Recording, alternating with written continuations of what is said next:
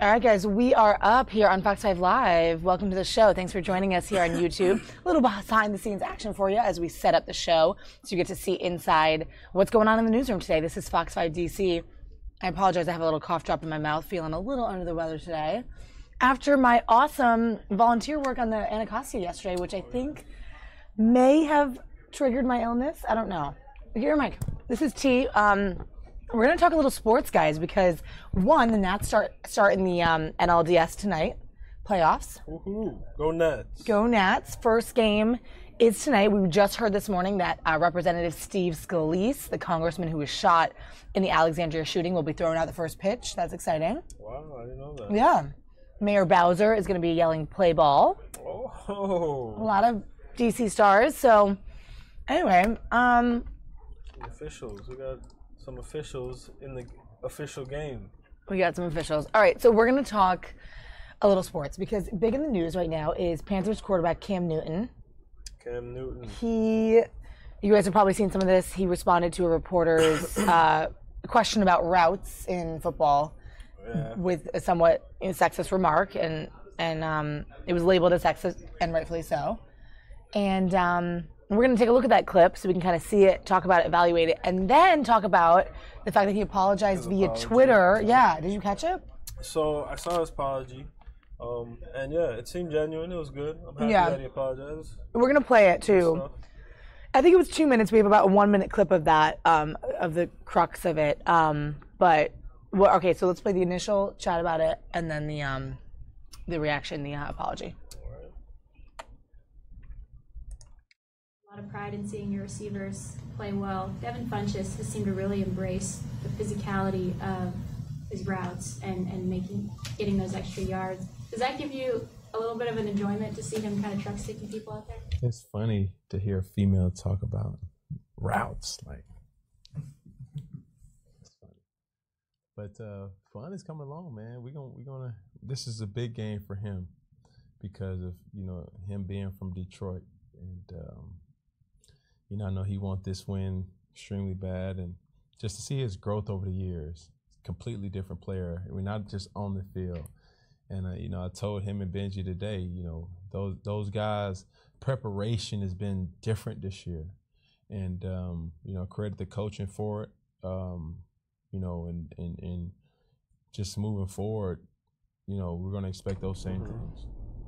All right, that was the crux of it, guys. So he says it right at the beginning, and then he goes on to answer the question, but pretty blatant, right, T? He specifically says, I never, a woman talking about routes that's unfamiliar to him. But, it's what he thought of first, and he just went off the cuff with it. It was odd. He laughed about it. He smiled. I guess he was, he genuinely didn't. I guess.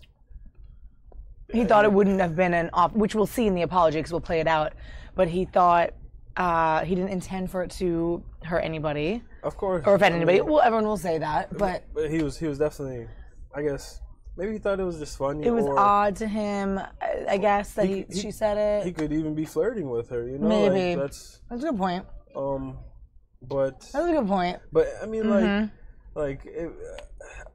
I feel like the people that do the interviews, don't they get to fly across country with the team to the different games and also he should already maybe know her on a semi-personal level. I was wondering about that too. If she's a regular and known sports reporter, if he happens to be a female sports reporter, which there are many of, he would see her in the press group and the media and possibly recognize her. But maybe it could have just been their first encounter, and he's just like, Yeah. Oh, it's a girl talking about routes. So that was a big thing that made obviously tons of headlines. People are talking about it. And then last night, this dropped on Twitter, right? His video, it's about a 2-minute video, but we have a 1-minute clip of it. And we can kind of evaluate what you think about it, how genuine you think it is, and then sort of see what you think about it, too. Let's play it out. My word choice was extremely degrading and disrespectful to women. And to be honest, that was not my intentions. And if you are a person who took offense to what I said, I sincerely apologize to you. I'm a man who tries to be a positive role model in my community and tries to use my platform to inspire others. And I take ownership to everything that comes with that. And what I did was extremely unacceptable. I'm a father to 2 beautiful daughters. And at their age, I try to instill in them that they can do and be anything that they want to be. And the fact that during this whole process, I've already lost sponsors and countless fans, I realized that the joke is really on me. And I've learned a valuable lesson from this. And to the young people who see this, I hope that you learn something from this as well. Don't be like me, be better than me. And to the reporters, to the journalists, to the moms, super moms, to the daughters, the sisters, and the women all around the world, I sincerely apologize and hope that you can find the kindness in your heart to forgive me. Thank you. So that was that, guys. We're talking about Cam Newton's apology, which has been making the rounds. It started on Twitter, and then people have been playing it out today. Okay, I thought it was a good apology. I thought it was natural. It was genuine. It seemed very genuine. It seemed like, he was down from his heart. He also talked about his daughters. I never knew he had daughters. Same. Yeah. That makes a difference to me, I think. It's a huge difference. Wife and daughter, right? Or daughters. Like, now it's almost like why did this issue escalate the way it did? Is it because maybe some feminism? Maybe the person that interviewed her could have been a feminist. I'm just playing devil's advocate. Yeah, which side? Right, it could have been either. I mean, clearly, I don't think he had any ill intent when he laughed at her in the press conference. I don't think he had ill intent either. I definitely, the words definitely weren't right. They came out wrong. If they shouldn't have been said like that, for sure. I think it's funny to analyze this, and so many people are, and obviously the sports media is analyzing this. TMZ is talking about it. We're all talking about it. Yeah. But in the end, I think I can just conclude for myself. I thought it was a genuine apology. Interesting too that he lost his big sponsor. The yogurt, yep. Dannon dropped Dannon. him. So I didn't know he was with them. Owned Oikos. I'm not even saying Oikos, yeah. They dropped his endorsement, but he still has endorsements with Under Armour. Okay. Gatorade, a bunch. But Dannon, that was his. He has his own commercials for those yogurts. I think that was. Which I didn't even know, but I guess I've seen him. Yeah. I think he lost probably a lot of millions of dollars. But my question for Cam, why didn't he just apologize right after to the lady in the face? In the moment, I know. I would have rather did that than come out with the video. Agreed. I think that was odd to me. That would have been. He must have seen the backlash and then been like, I got to put something out there. Yeah, I mean, and that's what I'm trying to find out. Why did he get so much backlash for that? And I'm just reading his words and his body language, and it seems, genuine to me. Like it could have been much more scripted and fake looking, but I mean that's just what I concluded from it. And it's it's the year 2017, almost 2018. Like women are in positions of power everywhere. Like they, even definitely in sports, definitely even in a media. predominantly male area like the NFL. True. But I can see that he wasn't used to women talking about that because male coaches, male players, people talking about routes. They just had so I one. see, but he shouldn't have said that. Is the point? But I mean, maybe he didn't have a lot of females growing up.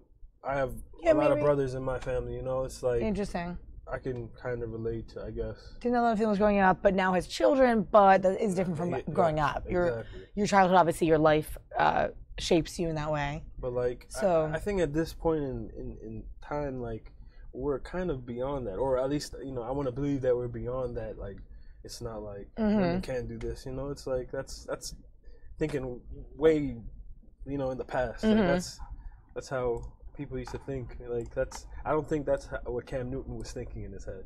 Yeah, if you guys caught this or you have any thoughts or comments on it, let us know in the chat, because we've just been kind of chatting it up this morning to start off the show, because it's a quiet day around here. It's Friday. We know the Nats are playing tonight. They go into the playoffs, postseason, that is tonight. Super exciting. I did not get tickets to either tonight or Saturday, unfortunately, which are the games that are sort of the ones to go to because of the beginning. They're reasonably a little bit less expensive than the later ones, but we'll see how far they go. Playing against the reigning champs. The reigning champ Cubs. Chicago Cubs, yeah. So looking forward to that. That's going to be big a great sports matchup. for DC, yeah. It's going to be a good game. But other than that, guys, yeah, we're kind of looking out for some live news and breaking stuff to bring to you. Not a lot going on in the newsroom. Really just a simple, nice Friday day. We're excited that it's Friday. Another gorgeous October day here in Washington. So stay on the stream with us, guys. We're going to flash over to a gun violence press conference, sort of a advocacy group for gun restrictions in wake, of course, of Las Vegas and everything there. Speaking of Vegas, as we have any live hits or live feeds or any more information coming out of Vegas as details emerge about the shooter and about the victims, etc., we'll bring those to you as well. So let's go over to Connecticut to check out this presser. It looks like some politicians are speaking about guns, so we'll go over there. Loopholes like the Charleston loophole. Will you vote to ban assault weapons and high-capacity magazines, which are tools of mass murder? Will you take a stand? That's the question that voters will put in 2018. If we can't do it this session, I really think we've reached a tipping point, and I think the apprehension of what they may have to answer next election will lead them to change positions this time. Senator, with the bill you're introducing in regards to placard, do you think if this goes through, the San Diego family saying that they would have a different outcome in court if this legislation would move forward? With that change in the law, and I followed this litigation very, very closely, there will be a different outcome. The Sandy Hook families deserve their day in court. Right now, those courthouse doors are barred to them. The Sandy Hook families deserve a fair day in court and to open the courthouse doors, which would be done if PLCAA is repealed. And what more sympathetic plea could you have than the survivors and families and victims across America who have no recourse, uniquely to the gun industry, no cause of action, because of a law that was in effect a gift to them in 2005. And its supporters said then, Senator Craig of Idaho said, nobody will be barred from a lawsuit. So the courts have interpreted this law, reading it strictly, in a way that the drafters never intended. And let me just clarify for just a second. PLCAA makes it very difficult to get into court, but it is not a bar into court. And so we believe that even under the existing law, the Sandy Hook family should have their day in court. But it is made very difficult by PLCAA, and this legislation, which we both support, would certainly clear up any difficulty that exists. But there still is a route that the Sandy Hook families and their lawyer believes that they can get to court under this existing law. Senator, both of you have heard the argument from people that it's don't punish the gun owners, you're going to infringe on our rights. How do you respond to that dialogue when you hear that from some of the Second Amendment supporters who say, why punish the lawful gun owners with some of these measures? I'm sure you hear that rhetoric. What is the response to that? Well, you know, what's remarkable about these issues is that gun owners and non-gun owners support them. So, you know, 90% of gun owners want to make sure that criminals and people who are seriously mentally ill don't own weapons. There are thousands of gun owners in this state who want to make sure that dangerous weapons don't get into the hands of criminals. I haven't met a single gun owner in this state who thinks that we should legalize automatic weapons. So, you know, gun owners are often the most vocal supporters of many of the changes that we are talking about because they believe in responsible gun ownership, because they are law-abiding citizens, because they want weapons that help them hunt, not weapons that help them kill people. And so I think this is a unique issue in which gun owners and non-gun owners are on the same team. The problem is the gun industry is on the other side of this.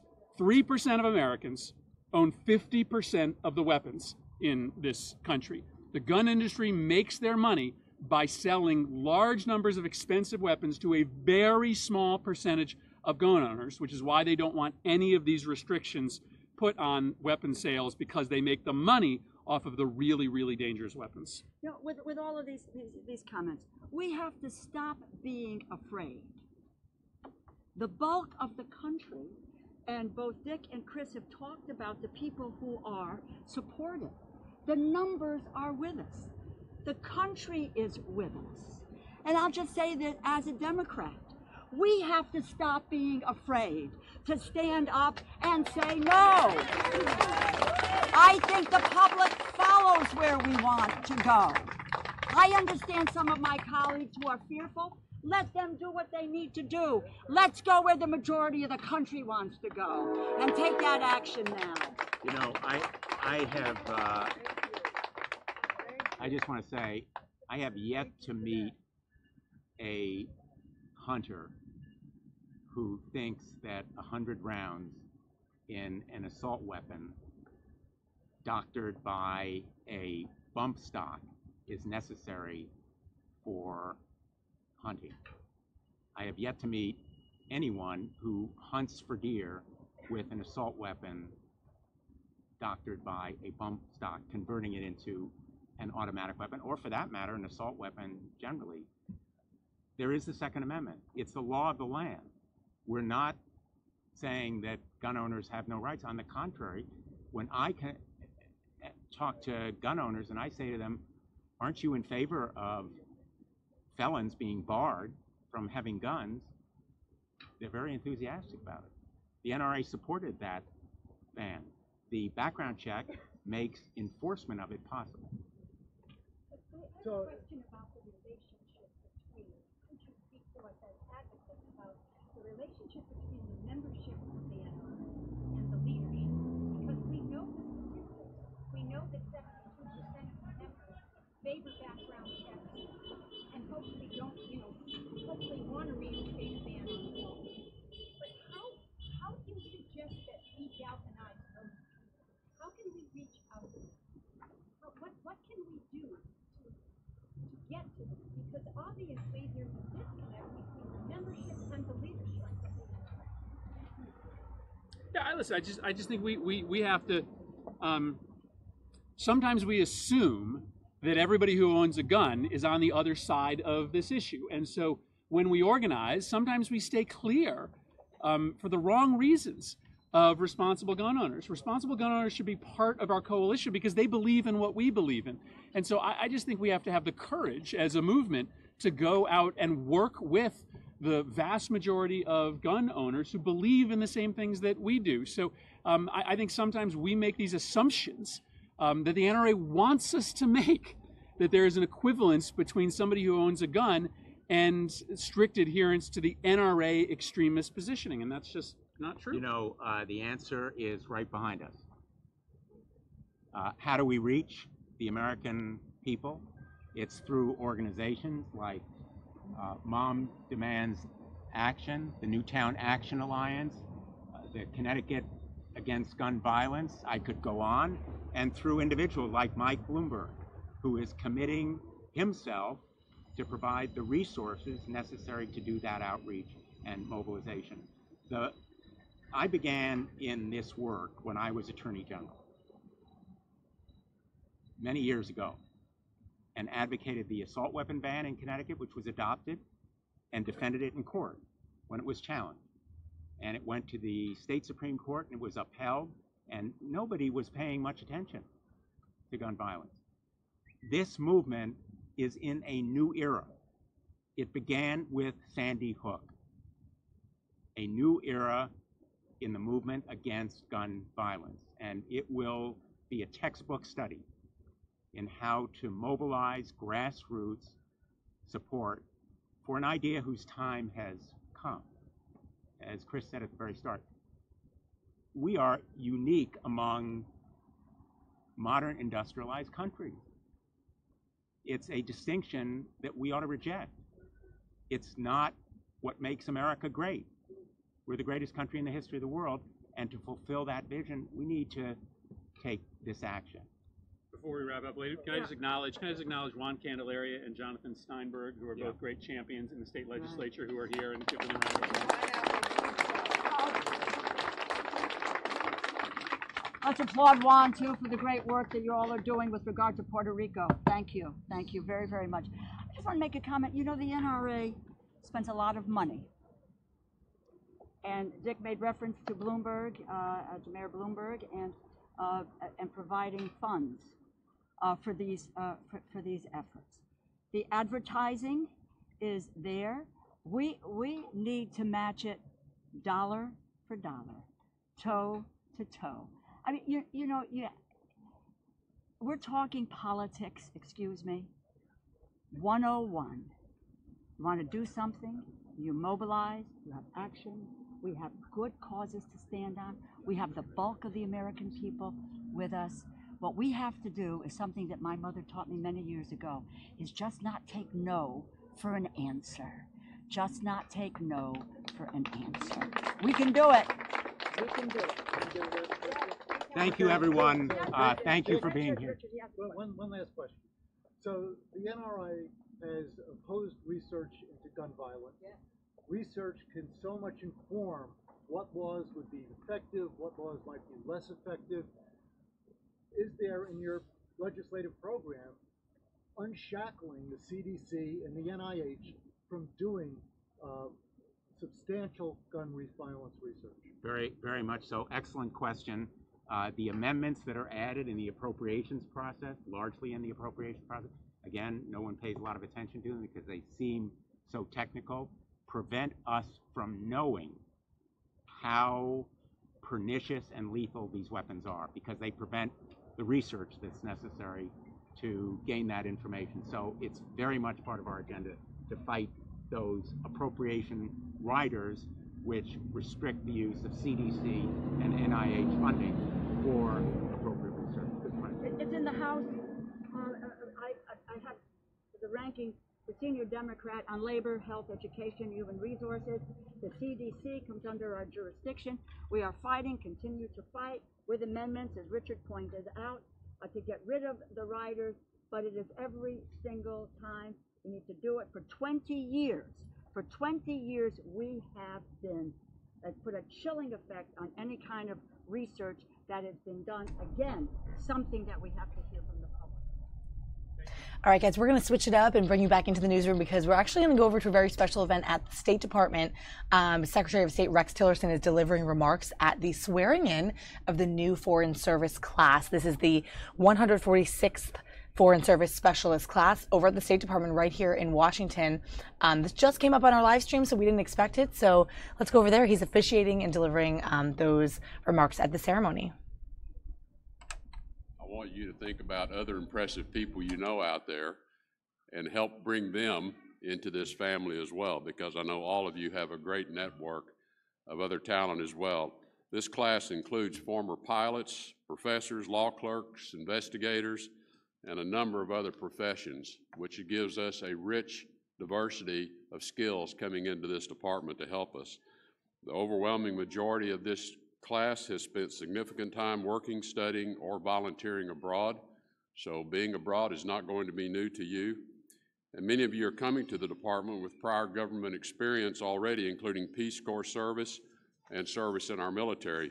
And importantly, some of you come with incredibly skilled languages, which are important to us: Arabic, Japanese, Korean, Maltese, Farsi, and Slovak. Thank you. Thank you. Those are terribly important to us. We are all grateful, truly grateful, that you've decided to use your skills to serve the United States and this department. And obviously, like hundreds of others that have gone before you, we require a constant stream of fresh talent. You'll learn from those more experienced Foreign Service officers that you'll have the opportunity to work with, but it's your fresh eyes to things, your fresh energy that are really important to the vitality of what we do. In particular, this group of foreign specialists in many ways represent our first responders in the face of security, health, and logistical challenges, and the entire country is appreciative of your willingness to serve and your dedication to be ready to take action. It's an honor to officially welcome all of your family, friends, and others to the State Department as well, and with it a profession, and welcome you to a profession that offers a future of opportunities to advance U.S. national security and foreign policy interests the world over. This time last week, I was on my way to Beijing in preparation for the President's upcoming summit in Beijing and his trip to Asia. And all the way along that trip, I had very capable and important Foreign Service officers helping me, some with some difficult logistics, in fact, on that trip. It was kind of exciting to land in Beijing on a C-130. That was not the aircraft of choice, but it was the aircraft that we were able to find to go on into the country. But the Foreign Service officers and the support you provide, not just to the Secretary's office, but to our missions, our embassies around the world, our bureaus, it's just vital to our ability to deliver on our mission day in and day out. We need your dedication, we need your expertise, we need your energy. So again, thank you for your willingness to take on this hard work. I know you've already worked hard to get to this point. In many respects, though, that work's just beginning, and I know you're well aware of that. So I want to offer just a few brief words of counsel to you as you begin. First, remember that it doesn't matter what your title or your job is. What matters is how you do it and how you work with the colleagues around you. This group represents, as I said, a variety of skills and talents that the department requires to function properly, from managing our properties to protecting all of us to keeping us healthy. So no matter the task, I know you will aim for excellence.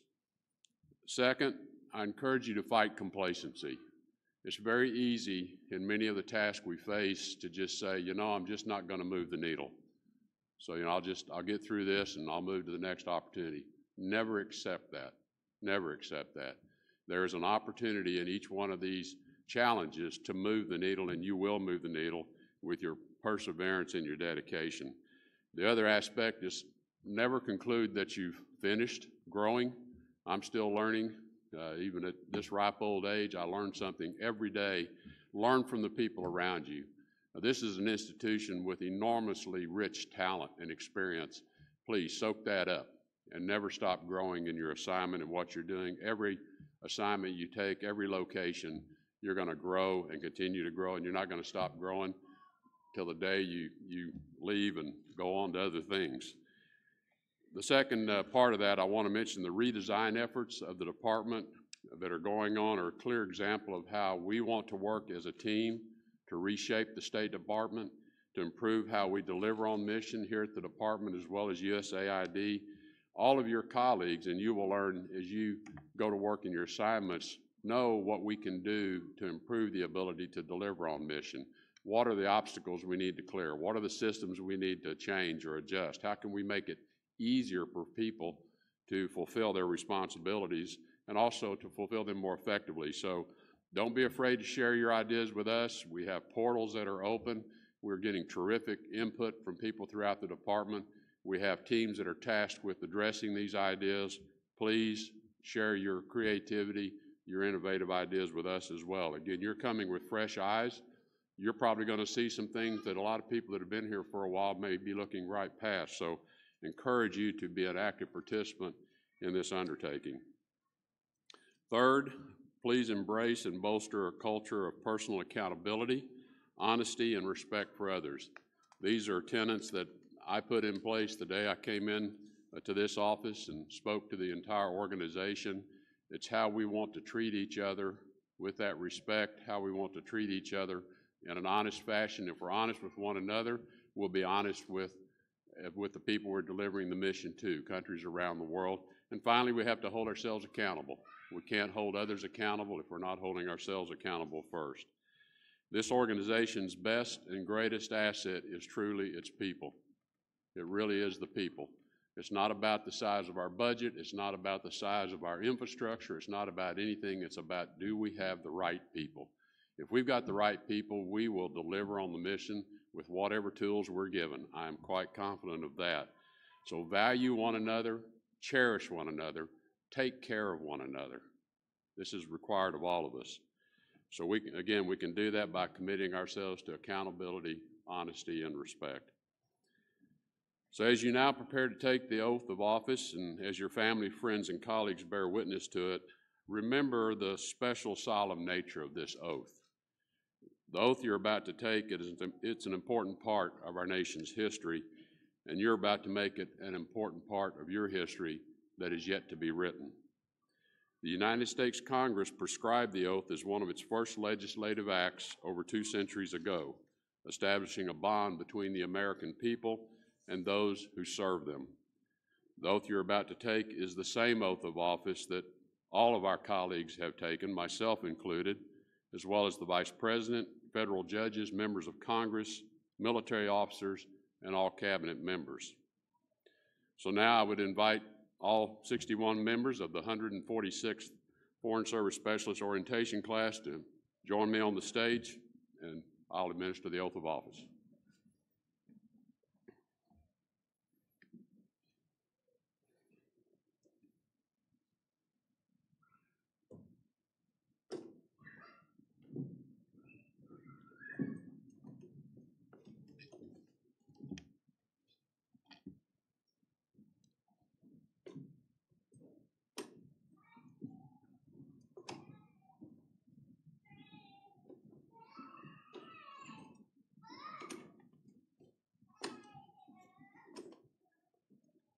That is a fine-looking group of people. Someone should take a picture. Oh, we are. Okay, good. All right. Please raise your right hand and repeat after me. I state your name. Do solemnly swear. That I will support and defend the Constitution of the United States. Against all enemies. Foreign and domestic. That I will bear true faith and allegiance to the same. That I take this obligation freely. Without any mental reservation or purpose of evasion. And that I will well and faithfully discharge the duties of the office. On which I am about to enter. So help me God. It's my honor to be the first to congratulate each of you as members of the 146th Foreign Service Specialist Orientation class. Please join me in honoring them.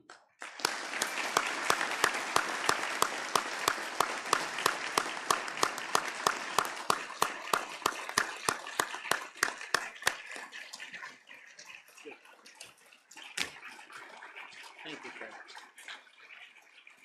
Ladies and gentlemen, class members, please move into position for your photo. Mr. Secretary, if you would please.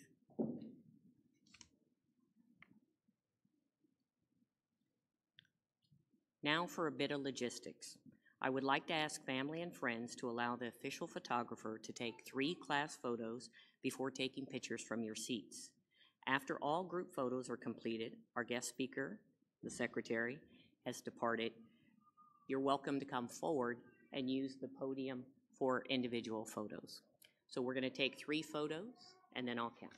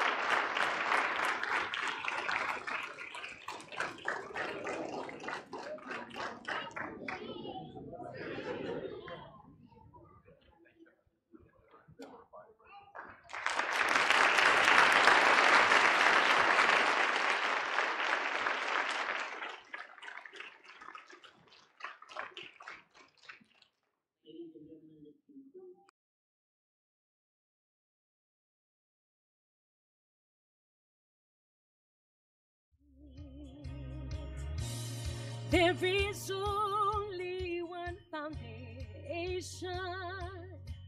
We believe, we believe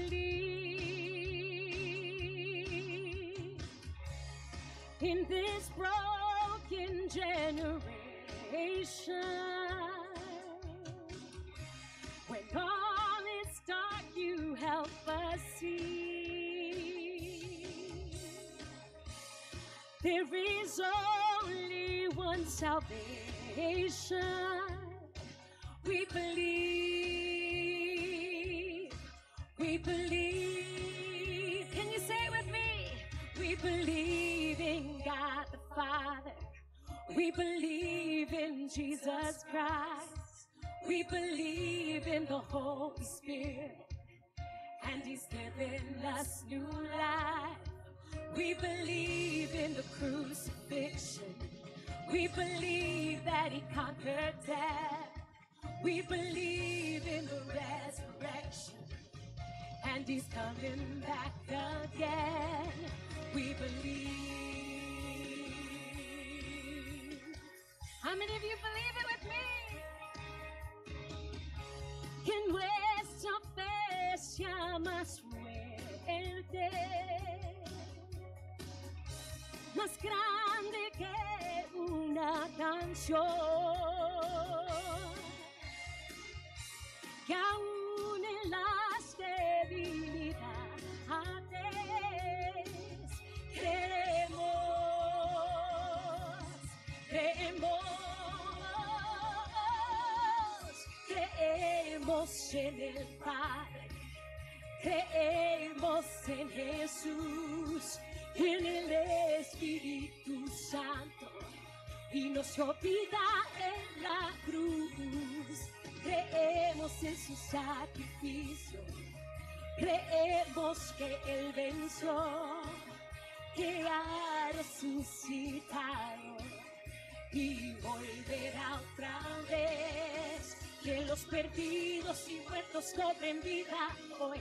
Aquí y ahora nos invada tu amor, que la iglesia se levante y proclame su fe. Creemos, creemos, y las puertas del infierno no prevalecerán. Y el poder de Dios nos dio libertad, y sabemos que tu amor nunca fallará. Creemos, creemos.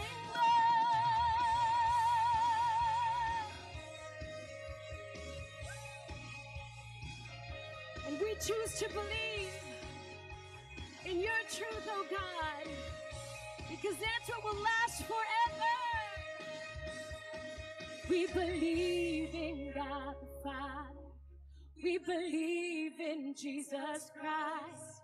We believe in the Holy Spirit. Come on.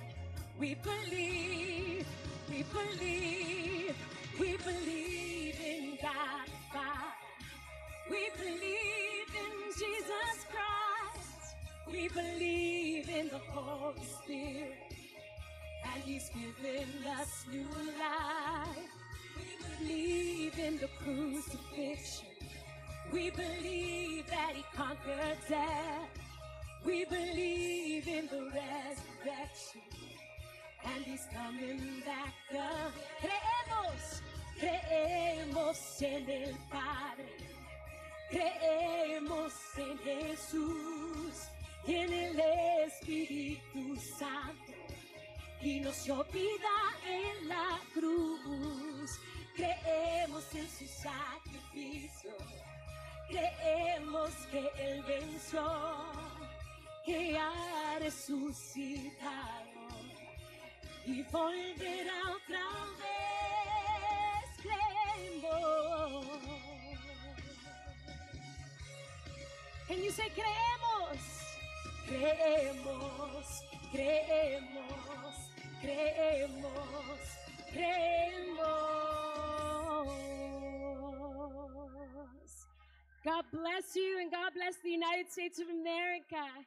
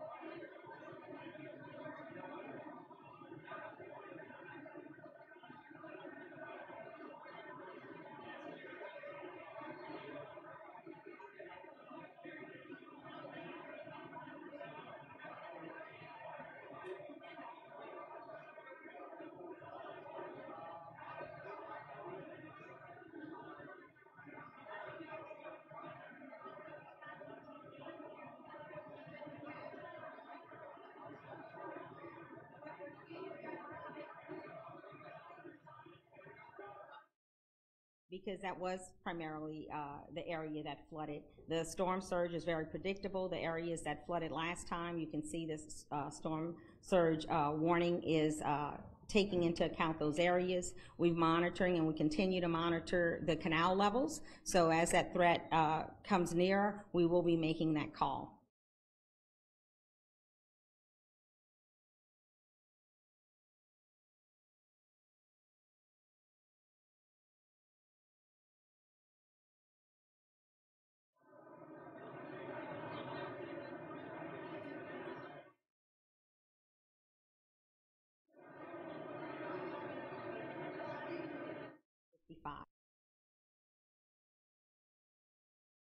Again, we've started to experience flooding on the roadway. We are looking at what takes place between airlines north of I-55. Again,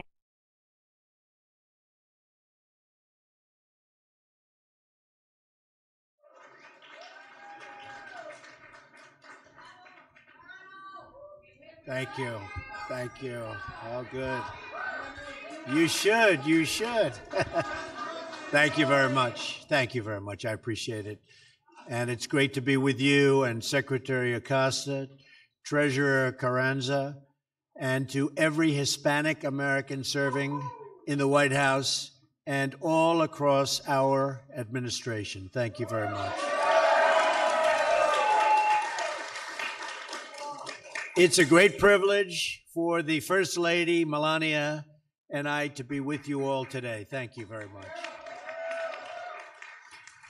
We want to welcome our ambassadors, members of Congress, local officials, and Hispanic community and faith leaders and guests from across the White House. You are really special people. You've worked so hard with us.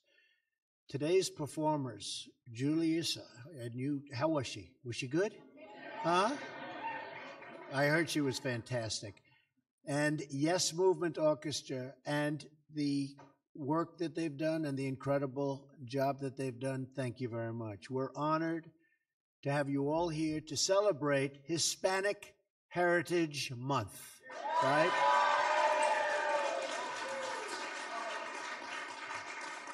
Please, First Lady, please.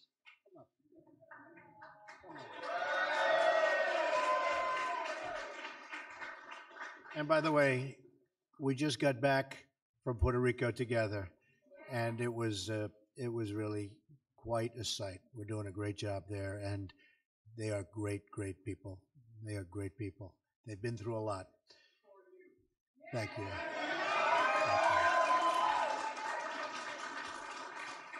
As we gather for this celebration, our hearts remain heavy and sad for the victims of the horrible mass murder in Las Vegas. On Wednesday in Nevada, I visited with brave survivors still recovering in the hospital and with heroic police officers, first responders, and everyday Americans who acted with speed and courage to save countless lives. No evil on this earth is more powerful than the love and courage of the American people. All of America is praying for the wounded and the grieving, and we will be with them today, and we will be with them forever.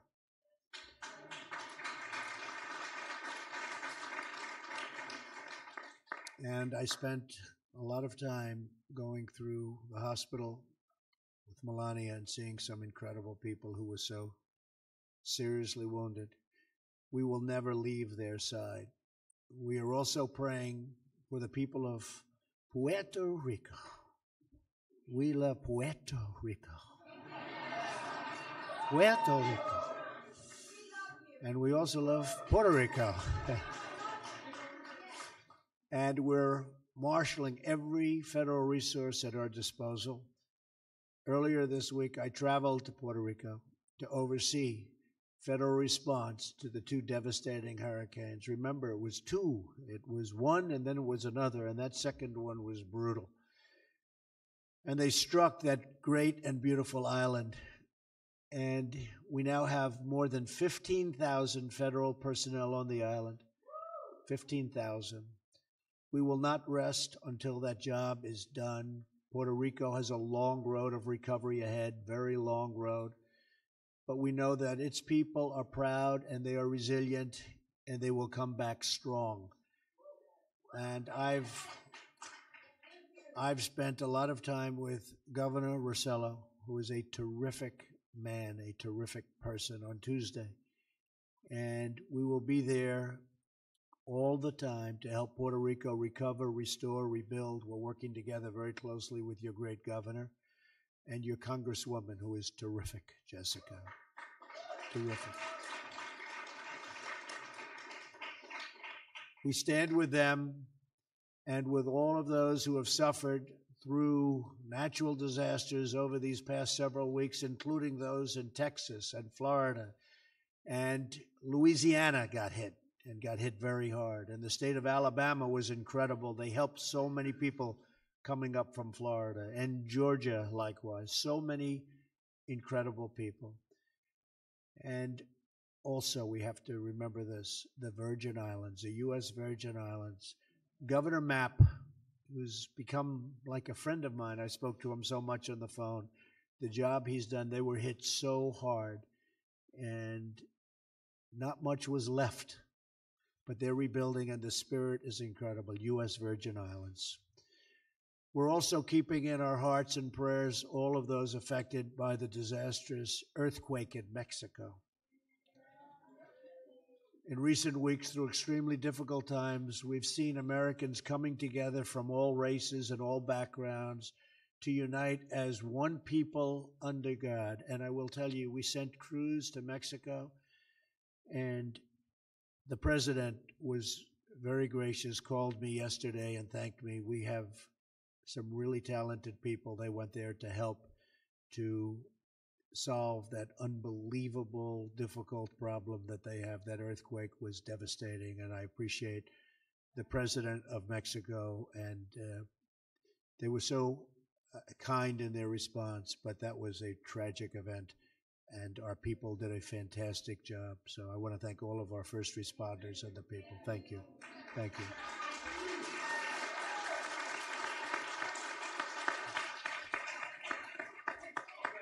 And you have a wonderful president in Mexico, I can tell you that. When America is unified, there is no challenge we cannot overcome. When we empower the hopes of our people, especially these young, fantastic people right in front of me who perform so brilliantly, when we embrace the dignity and the beauty of human life, and then you just look out, there is no task too large and no dream beyond your reach. No dream. There's no dream beyond your reach. You know that, right? Talking to some very young people up front that you can't see.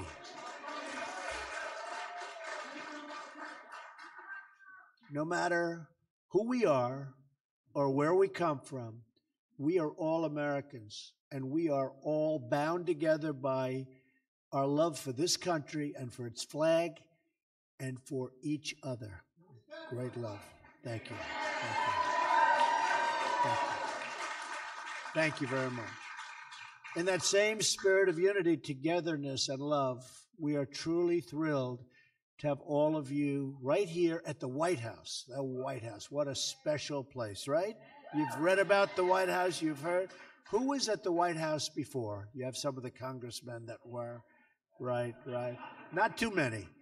It's a very special place. But this is a celebration of Hispanic Heritage Month, right? That's a big deal. That's a great thing. From our earliest days, Hispanic Americans have enriched our country and helped shape our history. Their contributions through the generations to art and music and literature, to science, scholarship, and exploration are extraordinary.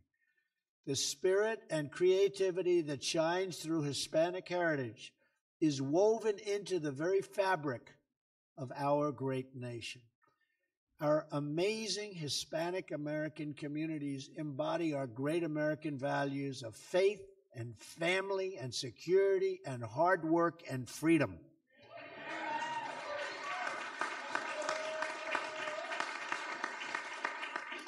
Their commitment to those values is why countless citizens of Hispanic descent have served in uniform to defend our country, our citizens, and our flag. 60 Hispanic Americans have been awarded the Congressional Medal of Honor for their outstanding bravery in battle. Did you know that? 60. That's a lot. That's a lot. It's a great, great Medal of Honor. Did you say we have? Oh, wow, that's so fantastic. Do you mind if I go up and shake hands? I'll interrupt our speech. I want to shake hands with somebody.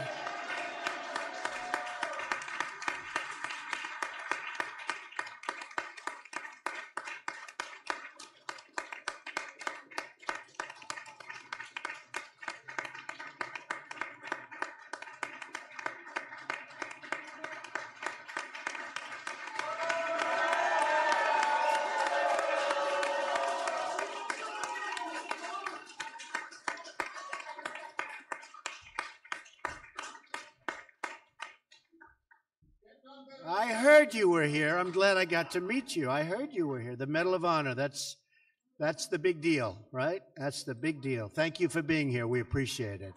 Thank you. Today, we're grateful to have more than 250,000 Hispanic Americans serving in our military.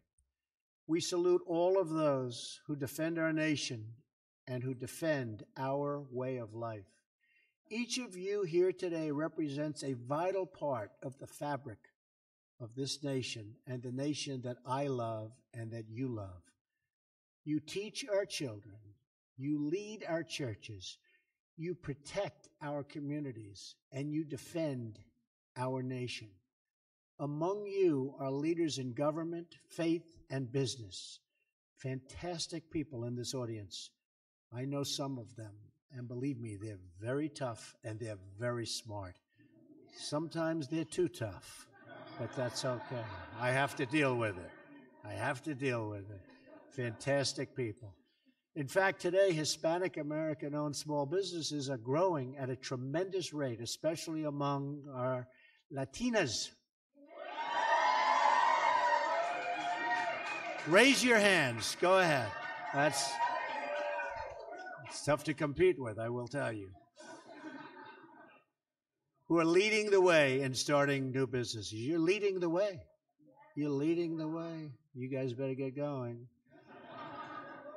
And once we pass our historic tax reform plan, and we are having not only reform, we're having the largest tax cuts in the history of our country.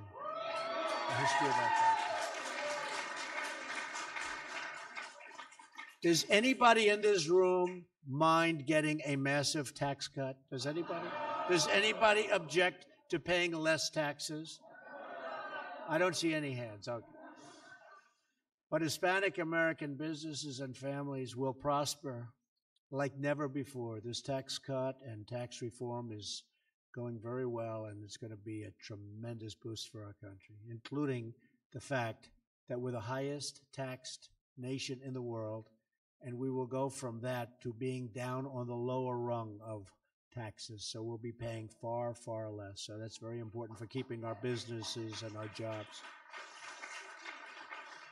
We're working every day to secure a future of peace, prosperity, and sovereignty for every American citizen. And we hope for a future of freedom and prosperity throughout the entire Western Hemisphere. That's why, under my administration, we have taken decisive action to stand with the good people of Cuba and Venezuela.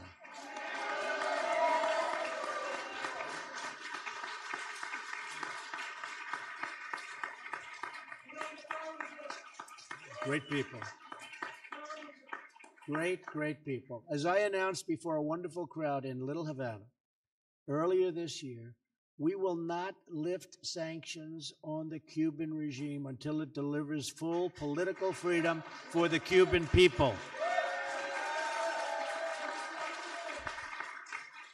The same failed communist ideology that has brought oppression to Cuba has brought nothing but suffering and misery everywhere and every place it has been anywhere in the world.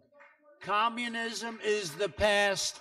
Freedom is the future.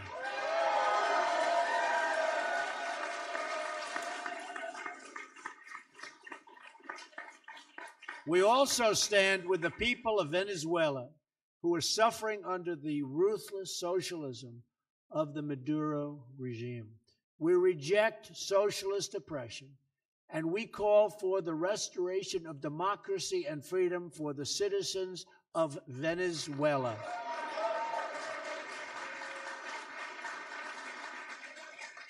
Many Hispanic Americans understand very personally why it is so important for us to defend our nation. God-given freedom. We want God-given. It's God-given freedom, and uphold the rule of law. Our commitment to these values has been the source of America's prosperity, the foundation of our security, and these values has made us a beacon, an absolute beacon to the nations of the world. As we celebrate Hispanic Heritage Month, we're grateful for all of you who have contributed to our communities and for your continued leadership in America. With your help, we will strengthen our country's great foundations of faith and family and freedom, and we will build together one great American future. It's a tremendous honor to have you all at the White House. I want to thank you. I want to God bless you. God bless the United States of America. God bless the United States of America.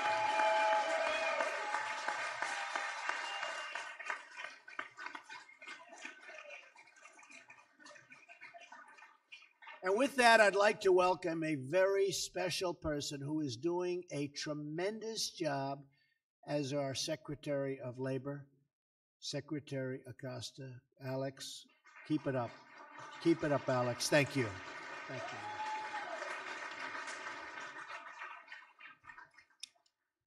Mr. President, thank you.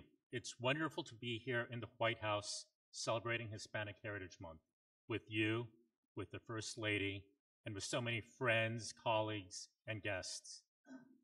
Growing up in Miami as a son of Cuban immigrants, I saw firsthand the opportunities that this nation offers. Though my parents did not attend college, they worked hard. They worked incredibly hard to give me all those things they did not have. And that's why I'm here today. And that is also a testament to what America means for so many Hispanics. Your presidency and your administration very much stand for the principle that hard work and merit, far more than outward physical characteristics, are what matters. It's no surprise then that your administration is working hard to remove obstacles, to return dollars to the workers of America by reducing taxes, so that all Americans can succeed on their own merit and their own hard work. Though at home, at times we may speak different languages, the hard work, the drive, the aspiration for the American dream is not something that is uniquely Hispanic. It is uniquely American. It is. This nation, this great nation, provides all of us with a unique opportunity to succeed through hard work and perseverance and resilience. And so on this Hispanic Heritage Month, all of us express our gratitude for the opportunities that this nation provides. I'd now like to take a moment to invite someone who's already accomplished so much, Jovita Carranza, the treasurer of the United States, say a few words.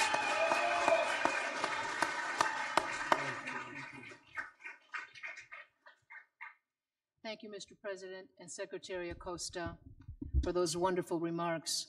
And I will tell the audience it was a pleasure to tell the First Lady she's beautiful in person. It's a pleasure to join all of you here today in celebrating Hispanic Heritage Month.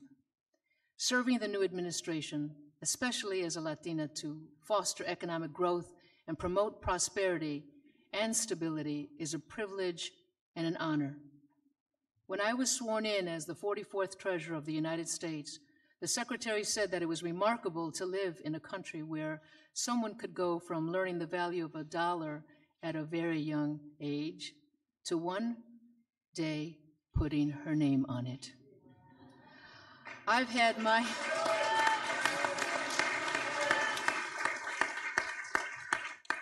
my share of barriers to success, each of which motivated me to work smarter, save wisely, and never stop acquiring an education by whatever means possible, learning by example, counsel in classrooms, and optimizing every opportunity to excel. Regardless of cultural backgrounds, it is those who embrace the challenge of helping people to become more productive and of greater value to their communities who have the most significant impact. As treasurer, I'm committed to using my office and all of the powers to help bring the American dream within the reach of all Americans. Thank you.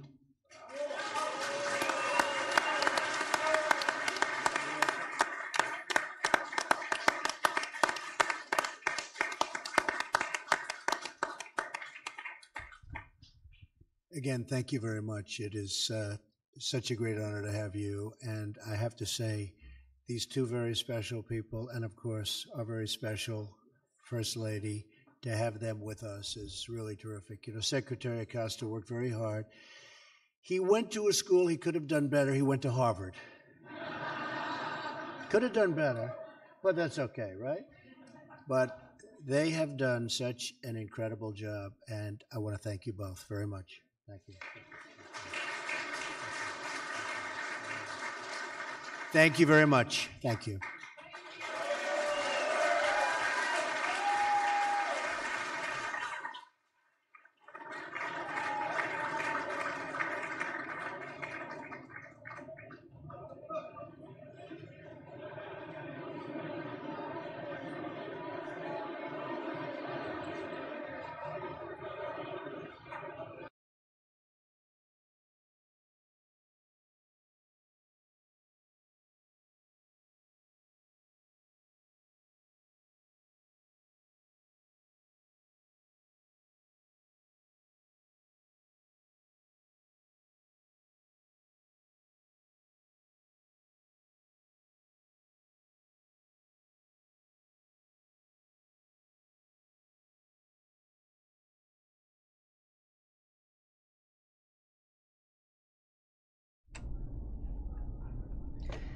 Hey guys, if you're on the stream, thanks for joining us here at Fox 5 Live in DC. You're looking at a shot of the newsroom. We're hanging out in the digital studio today. That was President Trump speaking at a Hispanic Heritage event inside the White House. Pretty cool to see him speak there and get off the stage, interrupt his speech, and go down to shake the hand of somebody and then come back up. We're kind of just jumping around to whatever live sources we have. I know coming up soon, we have more of a local story in Anne Arundel County. Related to gang violence and homicides related to gang violence. There's going to be a press conference on that. I know we're getting it in live from one of our photographers who's there.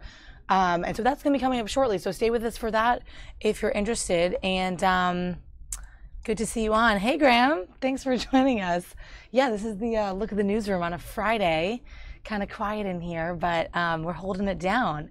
So like I said, we're going to come back with that press conference, sort of more of a local angle for you guys, and let us know what you're thinking about, what you're talking about today, so we can continue the chat on our stream here on YouTube. All right, we'll be back.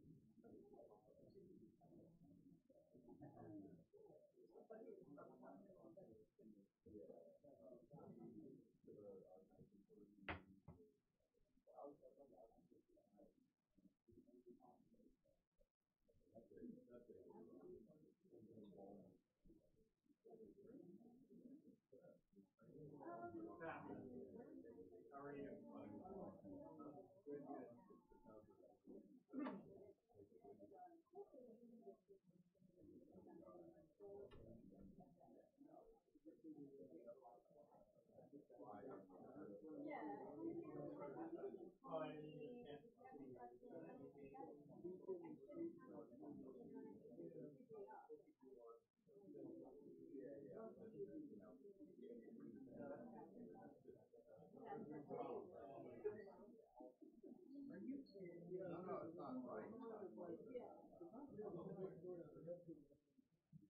say that on video?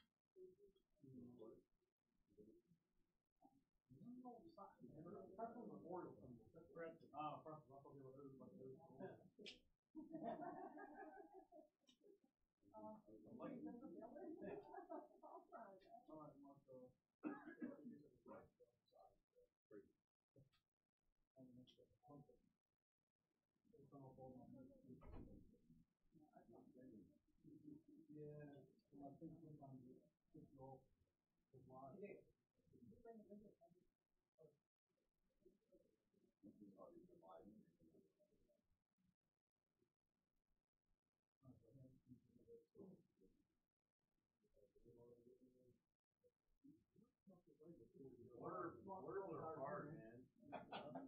Well, we hired you.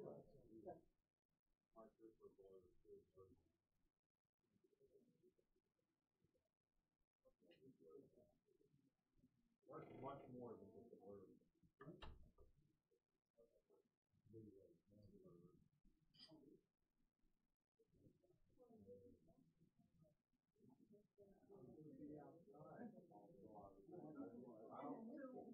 I usually do. Right.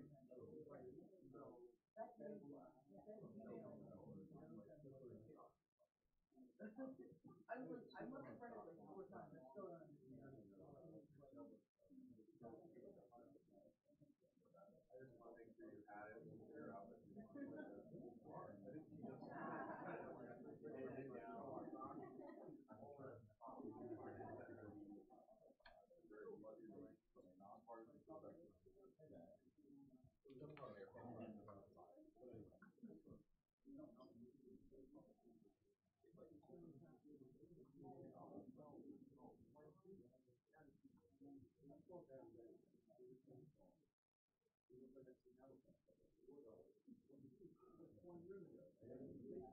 even I stopped wearing pleated pants. Sorry, that guy. He was the guy with the sailboat shop. He was making a lot of money. Oh, yeah. Definitely the ones that are up.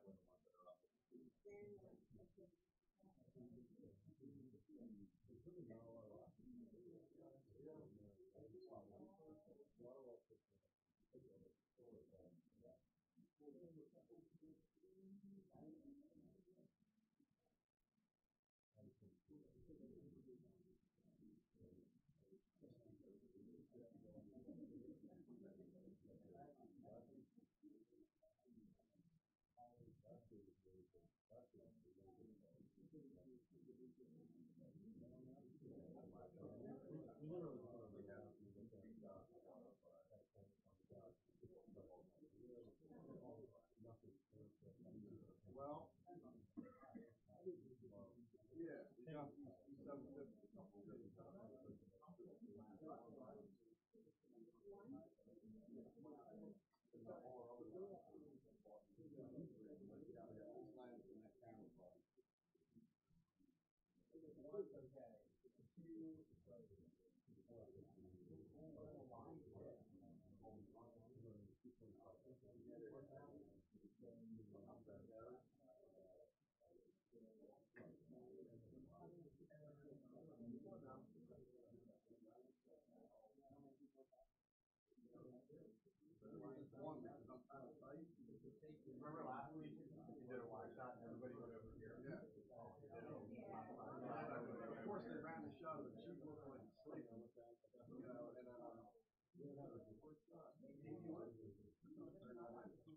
What's up, man? How are you? Hey, hey. Is everybody good with sound? I'll just do a check. Does anybody need check? Everybody's good. Got a minute or two, but just wanted to make sure everybody's good. We got a couple minutes. Check. How wide do we need to be, Ryan? It's just me and him. Pretty wide, then. Well, with this go up here, you're gonna need to make it a little wider. Everybody's good with sound, but he's got to come up here and adjust his. Yeah. Said nothing to do all day. Test. Disco's had nothing to do all day. There you go. Good. Yep. Are you just introducing him, or are you saying? I'm going to say a couple, just a quick, very, very quick paragraph, so to speak.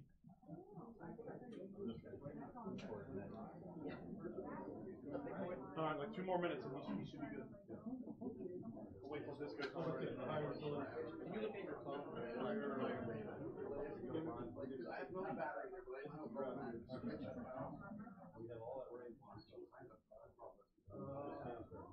I think they just don't have. I think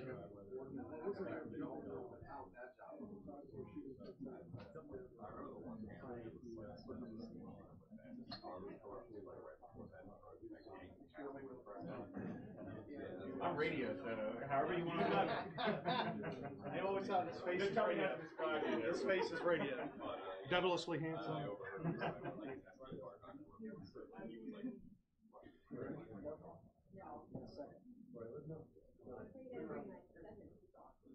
Isabel? Yeah. In 2000.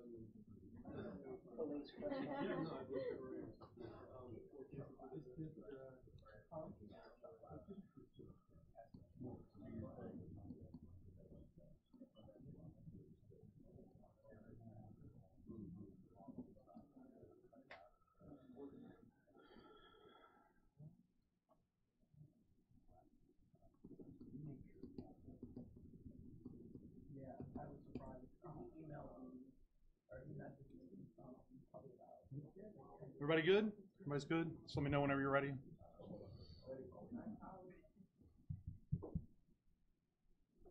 Everybody's good? Good. Well, first off, I'd like to say thank you all for coming out today. Certainly appreciate it. We know we deal with many of you on a regular basis, so I know you guys know the history of our transparency and how important it is for us to get information out to the media and to our public, not only quickly but accurately. So today is one of those rare exceptions where a lot of the information pertaining to this investigation cannot be released. It cannot be released not only because of the ongoing investigation, but more importantly, because we feel that more people could get seriously hurt or even killed. So with that being said, I'd like to ask you to bear with us that we can only release limited information at this time. So with that being said, I'd like to now introduce Chief Timothy Altomare. It's Altomare, to say a few words. Chief. Good afternoon, everybody. Thank you for coming out. As Lieutenant Frazier stated, today may be an exercise in frustration for a couple of you out here today because I'm going to be very limited in what I'm able to say. I'm not going to be able to talk about specific case information. I'm not going to be able to talk about geography. I'm not going to be able to talk about dates of occurrence. I'm not going to give you names. And I'm not going to give you any real concrete numbers. So I get that's a frustrating thing for you. What I will say is this. The decisions that I've made and will continue to make about when to speak about things in public, I'm aided in my decision making by one litmus test, and that is, do I have a duty to talk to the public? And if I do have a duty to talk to the public, is what I'm going to say and do going to increase the chances of somebody getting hurt? So today, I've hit a point in this investigation where I've felt that not speaking about what we're going to talk about here in a minute has as much chance of getting somebody hurt as speaking about it. So I'm going to do that. As you answer questions, please don't be offended if I'm not as open and forthcoming as you've seen me be. It's for the best of reasons in the world. Having said that, I'm here to confirm for you today that the Anne Arundel County Police have found 3 bodies of human beings people that we found were killed in a homicide. The murders are gang related, and we have arrested multiple suspects. The final thing I really want to say today is that every level of government is working around the clock, non-stop, to lessen the dangers to the citizens of Anne Arundel County. Every level of government means federal, state, local, city, every level of government. The Maryland State Police is a good partner and will continue to be.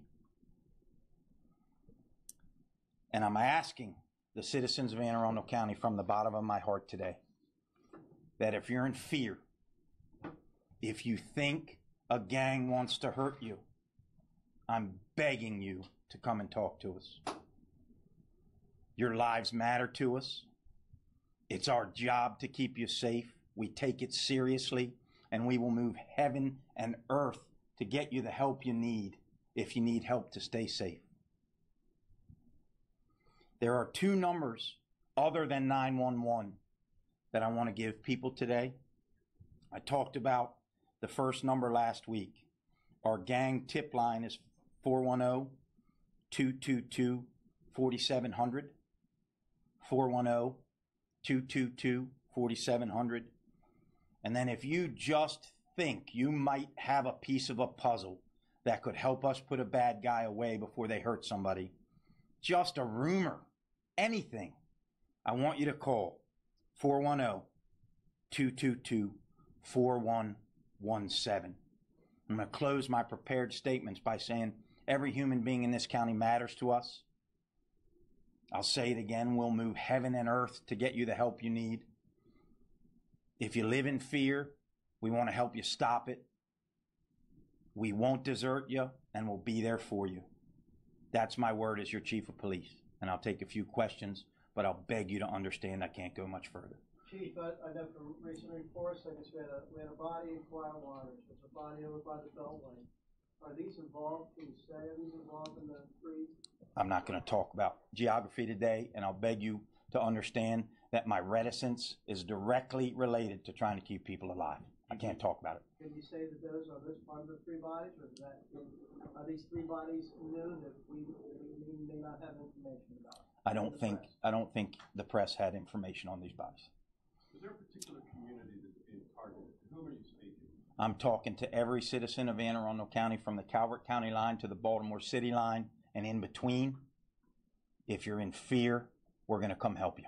Chief, this comes 1 week after you guys came out saying that you had a strategy to target and attack the gang here in Anne Arundel County. How's that strategy going so far? And I guess what is your message to the gang members that you're saying that this gang related? Two-part question. So the first part is we're making headway. As I stated, we've made multiple arrests. We're going to continue to make arrests. Our strategy moving forward is going to be a combination of investigative techniques and good old-fashioned community policing. I want every community out there to know that we're there for them and that the support that they need if they do live in fear of a gang is going to be there. And a quick follow-up, you said you've made multiple arrests. Do you suspect that any of those arrested are members of MS-13? Not prepared to discuss specifics today. The bodies that you found close other cases that were open in terms of missing persons or... I think it's fair to say that we've been working really hard to bring closure to families, and if you'll allow me, Phil, I'm going to leave it at that. Can you say whether it's adults or children the bodies found? Not prepared to discuss that yet. Can you tell us why you think that people are in danger? That people have been arrested? Why do you think that people remain in danger? Well, I've got 3 people who ended up dead. I'm closing the loop. We're making headway. But until I'm 100% sure that the problem's been solved in toto in this county, I think people are in danger. And if people need help, it's going to be there for them. You talk about with your heroin program, people come in with drugs and with paraphernalia, and your department's willing to overlook that. So you're asking people to come forward that maybe their citizenship may be questionable. Is that something that Anne Arundel County Secondary Police to you that you might be able to overlook that to Could- try to help out some could care less about people's status. Could care less. It's not my business. It's not my job. I'm here to help people stay safe, and that's what we're going to do. I mean that from the bottom of my heart. From your own What's going press on here? conference. Is there an outbreak of gang violence? I mean, you've got 3 here, and there's some concern, and you're speaking out. I mean, obviously, it speaks for itself that 3 people are deceased, but is something happening? Is somebody trying to gain a foothold? Is there some, movement being made by this group? I really can't go into any more specifics. I'll tell you this. Gangs ain't going to take over Anne Arundel County, period. From last press conference and this one, a big part of your message seems to be that there's a lot of intimidation going on. Is that, nothing's more intimidating than having someone killed. Is that a large part of this gang problem per se that's in the county, that there's a school kid who was beat up because he wouldn't join in? Is intimidation a large part of what you're seeing here in the county? I think fear is a large part whenever gangs rear their head. I think that we have people living in fear in Anne Arundel County, and it's going to stop. The reason I'm so hesitant to answer in-depth questions up here, guys, is because I'm afraid I'm going to put another person in jeopardy. I can't go any further than I'm going because I'm not going to put another person in jeopardy. But as a chief of police, the sliding scale in the last 24, 36, 48 hours has slid that I need to talk to my public to keep them safe versus keeping my mouth shut to keep them safe. I'll beg you to understand that only I'm in the position to make that decision at this point, and I'm going to live up to my oath. Susan Chief, you mentioned last week that you all were essentially waging a war against gang members here in the county. Do you feel like the gang members are waging a war back against police in the community? I think gang members exist for a profit margin, right? I think the gang exists to make money and to control areas to facilitate that making money. And there's always a danger. Gang members are dangerous people. Police are absolutely aware of the dangers. We want our public to be aware of the dangers, but more specifically, we want the public to know that we're willing to bleed for them so they don't have to. Chief Altamari, Ma'am. Title WNAD.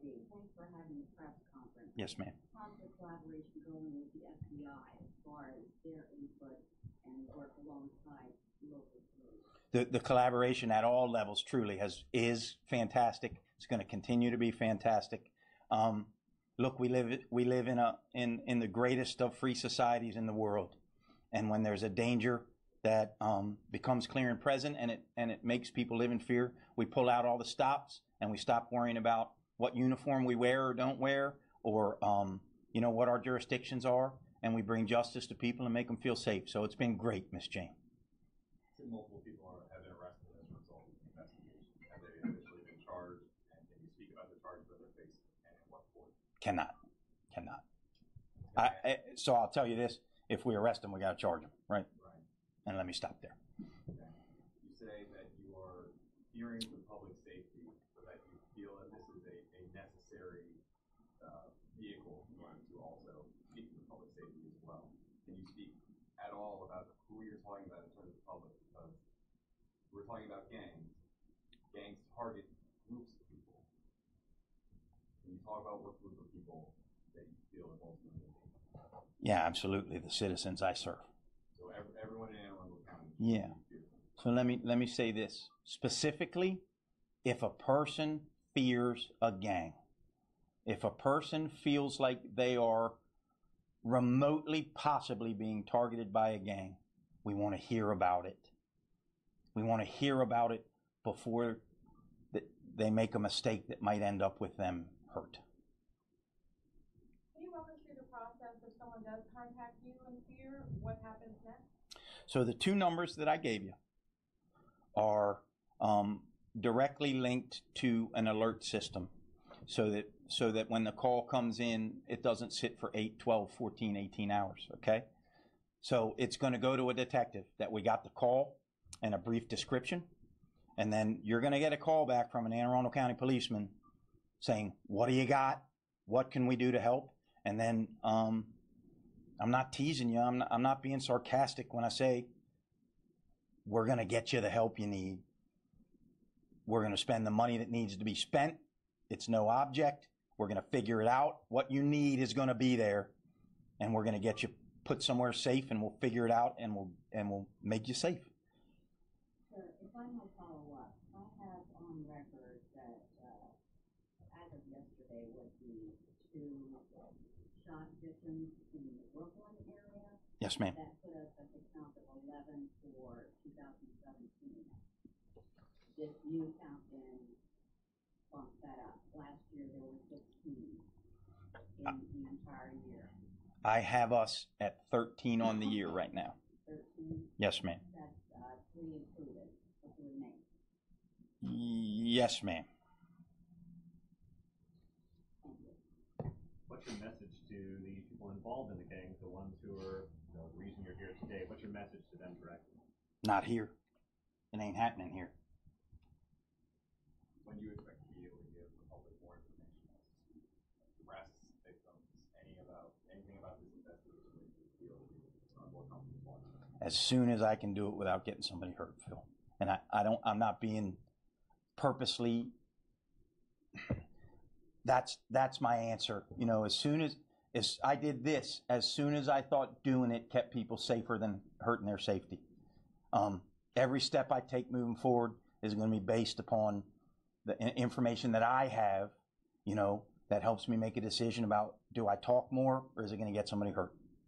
That's really it. ICE have detainers on any of the people you've arrested? I'm sorry? Does ICE have detainers on any of the people you've arrested? I have no idea. Chief, a quick question for you. There's a lot of people are going to have a lot of questions after this because there are so many unanswered questions.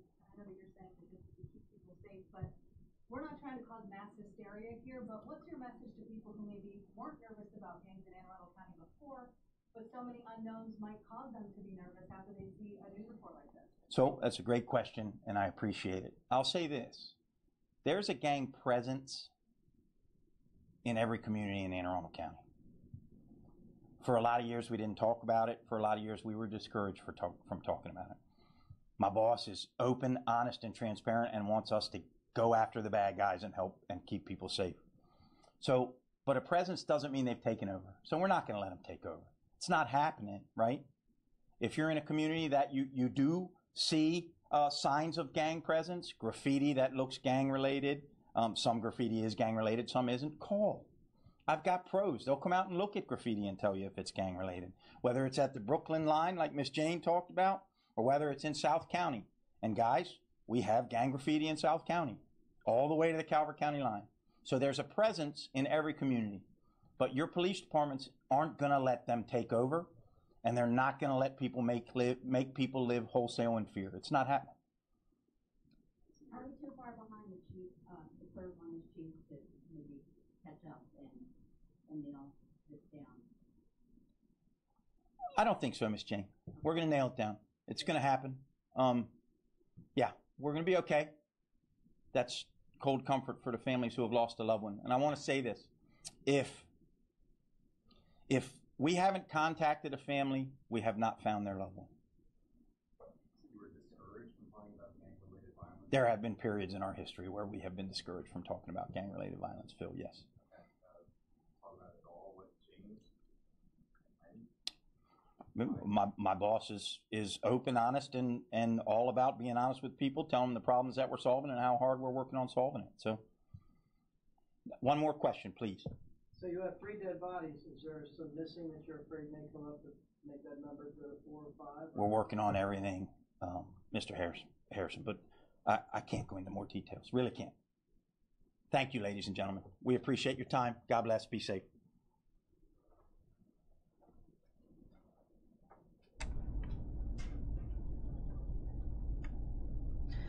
All right, there you go, guys. So some really serious words from Anne Arundel County Police, taking this all very seriously, gang-related homicide in Anne Arundel in Maryland. But guys, I want to leave you with sort of more of an uplifting note. There was a very touching tribute from a man who drove from Chicago all the way to Vegas to set up crosses that he made in honor of the victims from the Las Vegas shooting on Sunday. I'm going to leave you with this video, guys, and we'll see you all again for continued coverage on Monday here on our digital stream. Thanks so much for joining us today.